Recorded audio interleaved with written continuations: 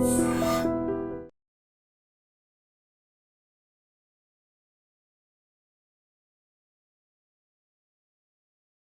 Gold trusted gold buyers. మీరు తాకట్టు పెట్టిన బంగారాన్ని విడిపించి ఈ రోజు ఉన్న మార్కెట్ ధరకు కొనబడను.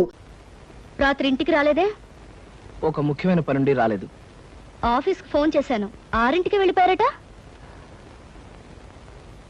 ఎక్కడికి వెళ్ళారు? నన్నేమీ అడక్కు, నేనేమీ చెప్పలేను. రాత్రి తెల్లవారులు మీకోసం 1000 కళ్ళతో కోటి ఆశలతో ఎదురు చూసిన భార్యని మీరు ఎక్కడికి వెళ్ళారో అని అడిగే హక్కు లేదంటారా? ఇప్పుడు హక్కులు అధికారాల ప్రసక్తి అనవసరం. నువ్వు ఎదురు చూస్తుంటావని తెలుసు, బాధపడతావని తెలుసు. కానీ చెప్పలేని కొన్ని కారణాల వల్ల నేను రాలేకపోయాను. నన్ను క్షమించు. రాత్రంతా ఇంటికి రాని మగాడు భార్యకి నిజం చెప్పలేకపోయాడంటే అందుకొక్కటే కారణం ఉంటుందని భార్య తెలుసుకోగలదండి. అంటే ఏమిటి నువ్వు అనేది? కట్టుకున్న దానికి వస్తానని మాట తప్పి మీరు చేసిన పని మరో ఆడదాని దగ్గరికి వెళ్ళడమే. సీత, తొందరపడి పొరపాటుగా నిందలు వేయకు. నేను నువ్వు అనుకున్న తప్పు మాత్రం చేయలేదు. నా మాట నమ్ము. అని అబద్ధం చెప్పి నిజమని నమ్మమంటే నేను ఎలా నమ్ముతానండి? సీత, నేను చెప్పేది అబద్ధం కాదు. మరి నిజమేమిటో చెప్పండి. నిజమేమిటో చెప్పే పరిస్థితిలో నేను లేను. నిజమేమిటో ఎలా చెప్తారో, ఎందుకు చెప్తారో? సొమ్ము కోసం ఆశపడే బజారు మనిషితో రాత్రంతా కులుకొచ్చిన భర్త భార్య దగ్గర నిజం ఎందుకు చెప్తాడండి? అబద్ధమే చెప్తాడు.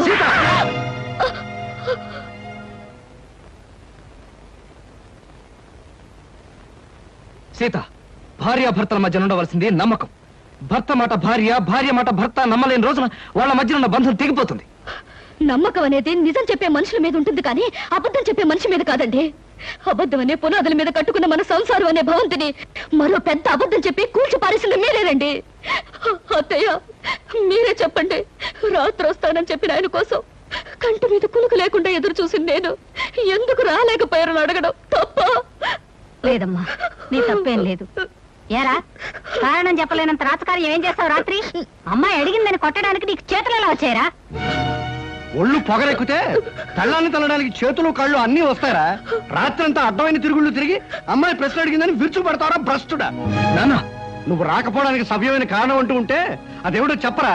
చెప్పు. ఇతన్ని నిలదీసి అడిగినంత మాత్రాన్ని ఎలా చెప్పగలరు సార్? ఎవయా నైట్ జాలియా? నిద్రలేని మొహం చూస్తుంటే తెలియడం లేదు.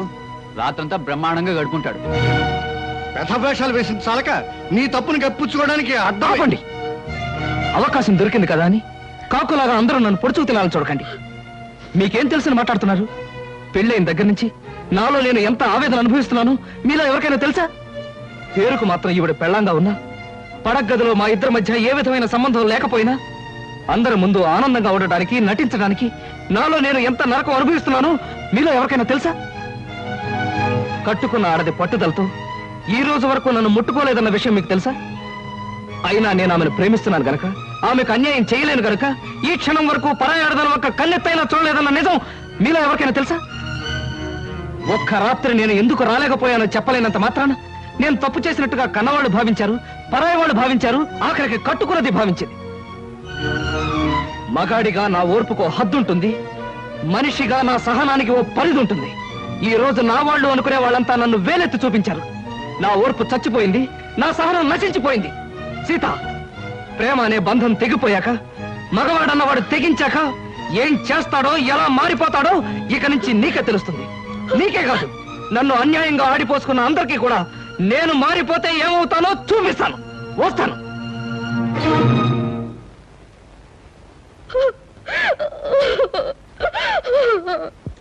ఏమిటా సమాచారం? నువ్వు చెప్పేది నిజమా? అవును బాబు, అమ్మాయి గారు మిగతా వాళ్ళు చేసిన గొడవకి కృష్ణబాబు మనసు విరిగిపోయింది. ఇంట్లోంచి వెళ్ళిపోయారు బాబు. తొందరపడి అమ్మాయి తప్పు చేసిందిరా. తప్పు చేసింది నేను కదా నాయన. అబద్ధంతో కట్టిన తాళికి తల ఉంచాను. అంతస్తులు వదిలి ఆయన ఇల్లాలుగా బ్రతకటం అలవాటు చేసుకున్నాను. మనసు మార్చుకుని ఆయనే దేవుడు అనుకునే క్షణంలో నన్ను, నా ప్రేమని నిర్లక్ష్యం చేశారు.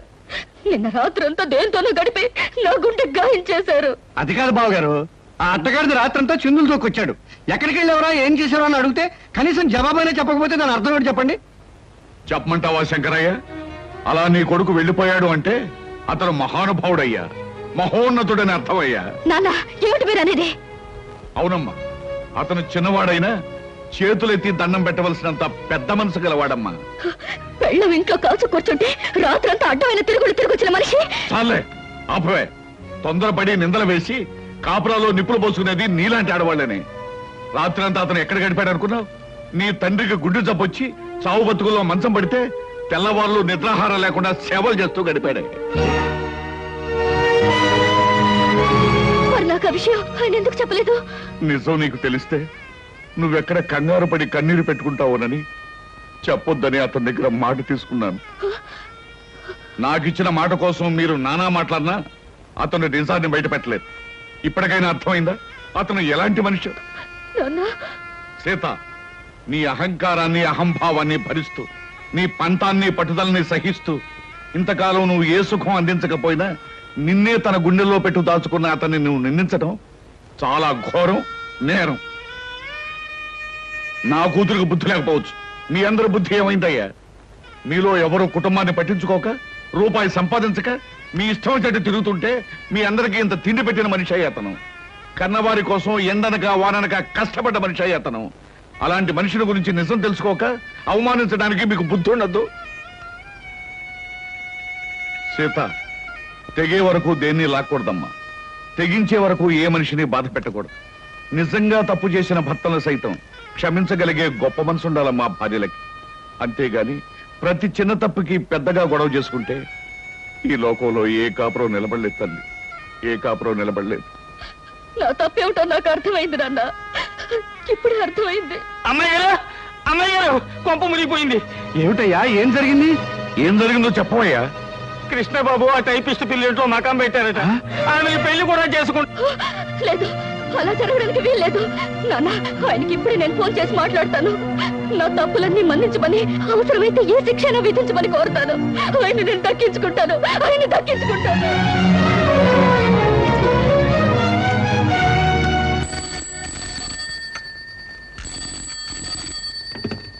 Hello, yes, whom do you want?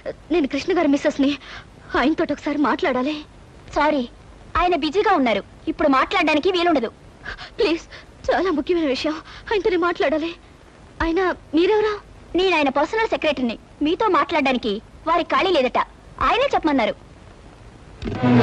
Hello hello,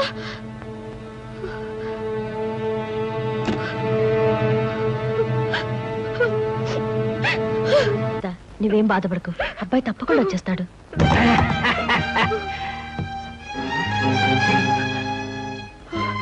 hello hello my dear house members, ఓ నా ప్రియమైన కుటుంబ సభ్యులారా, హౌ ఆర్ యు? మీరంతా ఎలా ఉన్నారు? ఏమిటి అలా చూస్తున్నారు? ఓహో, కాబోయే పెళ్లి కొడుకు పెళ్లి కూతురు ఎలా ఉన్నారా అని చూస్తున్నారా? డార్లింగ్, లేకెందుకు విషయం చెప్పండి. ఓ యా యా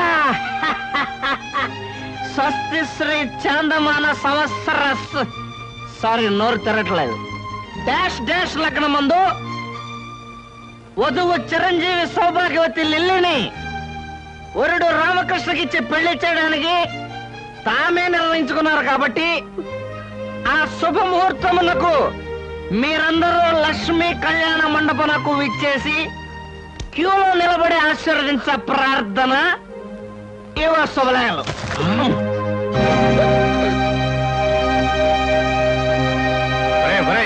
చేతికి అందించాలా తాగేసి లిల్లిలో పిల్లలో పెళ్లి చేసుకుని సీతకు అన్యాయం చేసి కుటుంబాన్ని అప్రతిష్ట పాలు చేస్తారా భ్రష్టుడా?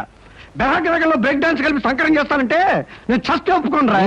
ఏమండి, తొందరపడి తప్పు చేసిన నాకు ఇంత పెద్ద శిక్ష వేయాలనుకోవటం చాలా అన్యాయం అండి. తాగి కుప్పేందులేసి అన్నయ్యని బ్రతిమా లాభం లేదు. ముందు సిగ్గులేని దాని నుంచి అన్నయ్యని రక్షించాలి. బలవంతంగానైనా సరే వీళ్ళిద్దరు మధ్య ఉన్న కనెక్షన్ కట్ చేయాలి. లిల్లీ, నేను ఆడే నాటకంలో పాలు పంచుకుని నాకు సహాయం చేసినందుకు చాలా థ్యాంక్స్. ఈ పాటికి మా వాళ్ళలో పూర్తి మార్పు వచ్చి నా కోసం వెతుకుతూనే ఉంటారు. బాబుగారు కొంప మునిగిపోయింది. ఏమిటి సింహాచలం, ఏం జరిగింది? మనం సరదాగా మీ వాళ్ళు ఏడిపించడానికి అచ్చు వేసిన శుభలేఖలు వాళ్ళు నిజమని నమ్మి లక్ష్మీ కళ్యాణ మండపానికి చిన్న సైన్యంలాగా వెళ్ళిపోయారు. అక్కడ కలెక్టర్ గారు అమ్మాయితో పోలీస్ ఐజీ గారు అబ్బాయి పేరు జరుగుతుంది. ఏం గొడవ జరిగిపోతుందో ఏమో.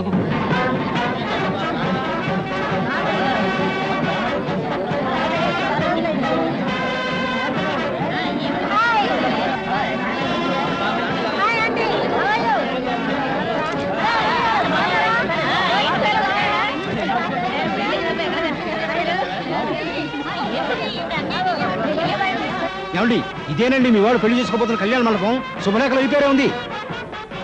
ఏమిటయ్యా చాలా పెద్ద బందోబస్తు పెట్టాడు. ఆ వెధవా నేనొచ్చి వాడి చెవి మెలిపెట్టి సప్తస్వరాల్లో ఏడిపించి ఎక్కడ ఇడ్చుకుపోతాను పోలీసు బందోబస్తు ఏర్పాటు చేశాడండి దొంగ రాజకీయాలు. నాన్న శుభలేఖలో రాసిన ముహూర్తం దగ్గర పడుతుంది, ఎలాగైనా పెళ్ళి ఆపాలి, పదండి నాన్న. ఏమండి ఆలస్యం చేస్తే అమ్మాయికి అన్యాయం జరిగిపోతుంది, పదండి. అవునా దూసుకెళ్ళి అన్నయ్య రెక్కో చొక్కా పుచ్చుకుని ఈడ్చుకుని వచ్చి ఏమిటండి ఆలస్యం చేస్తున్నారు? కావాలంటే మగాళ్ళ మధ్యకి నేను వెళ్తాను. మగాళ్ళ మధ్యకి వెళ్ళే అవకాశం ఎప్పుడు వస్తుందని కాసుకొచ్చాం. ఏమండి సూత్రధారణ టైం దగ్గర పడుతుంది, పదండి. నాన్న జారిపోయే జీవితం మీద ఎవరిది కాదు కనుక మీరందరూ ఆలోచిస్తున్నారు, కానీ ఆలస్యం చేస్తే జీవితాంతం ఏడవలసింది నేను. అందుకే నేనే ముందు వెళ్తాను.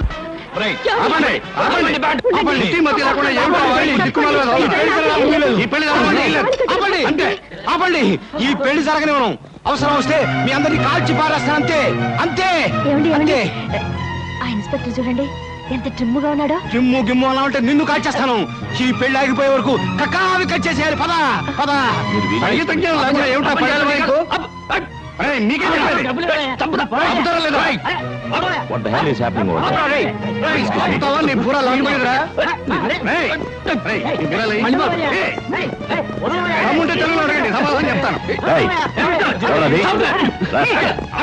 పెన్సిల్ నా కొడుకు అక్కడ పిస్టల్ తో అల్లరి చేస్తున్నాడు సార్.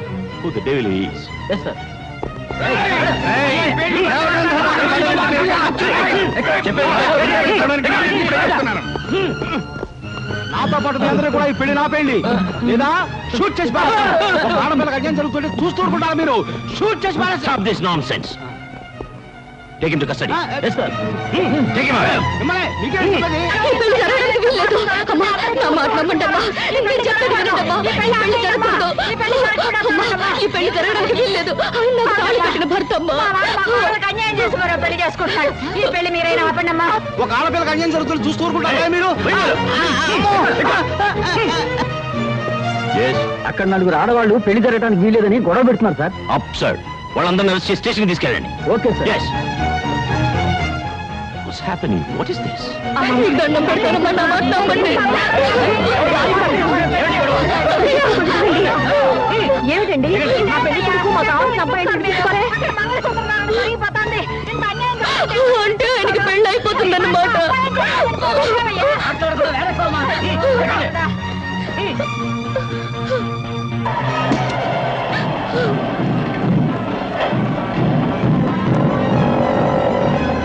అదిగో వ్యాన్ లో తీసుకెళ్తాం. అదిగో van.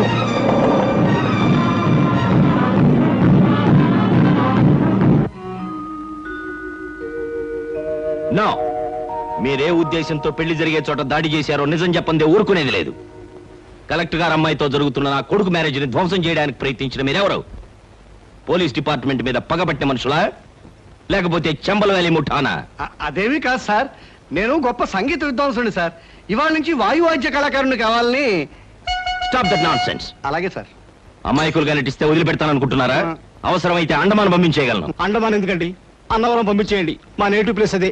Shut up, I will kick you rascal. మీరెవరు? వీళ్ళంతా మా వాళ్ళే సార్. ఐ సీ, ఈ గ్యాంగ్ కు రింగ్ లీడర్ నువ్వేనన్నమాట. వీడు రింగ్ లీడర్ కాదు సార్, మా అబ్బాయి కృష్ణ. Shut up. ఇన్స్పెక్టర్, వీళ్ళిద్దరు కూడా తగిలించండి సంఖ్య. చాలా బరువుగా ఉన్నాయి సార్, ఇది తీసి వాళ్ళకి ఏంటి సార్? అదిగా సార్, నేను చెప్పేది వినండి. అసలు ఏం జరిగిందంటే ఏం చెప్పక్కర్లేదు, నా గొళ్ళు మండిందంటే షూట్ చేసి పారేయగలను.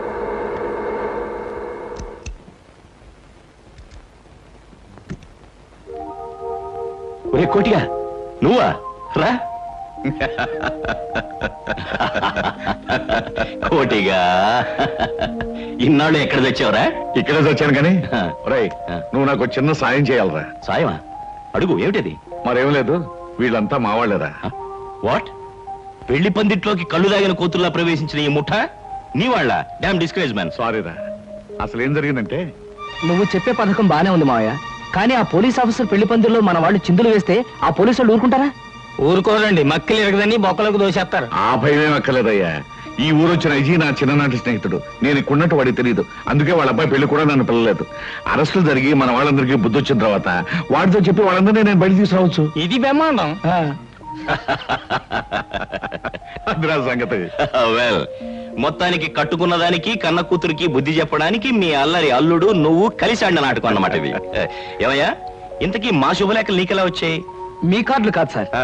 మా మామయ్య ధైర్యం చెప్పడంతో ఓ అరడజన్ కార్డులు నేనే ప్రింట్ చేయించి మా ఇంట్లో వాళ్ళ మొహాన్ని కొట్టాను. ఐసీ. ఇన్స్పెక్టర్, వీళ్ళందరూ బెడీలు తీసేయి. ఒరే కోటిగా, ఇప్పుడు గనక నువ్వు రాకపోయి ఉంటే వీళ్ళందరినీ జైల్లో వేయించావండ్రా. ఏమండి, భర్తను అర్థం చేసుకోలేని భార్య కాపురాన్ని ఎలా నరకం చేసుకుంటుందో నాకు అర్థమైందండి. నన్ను మన్నించండి. సీత,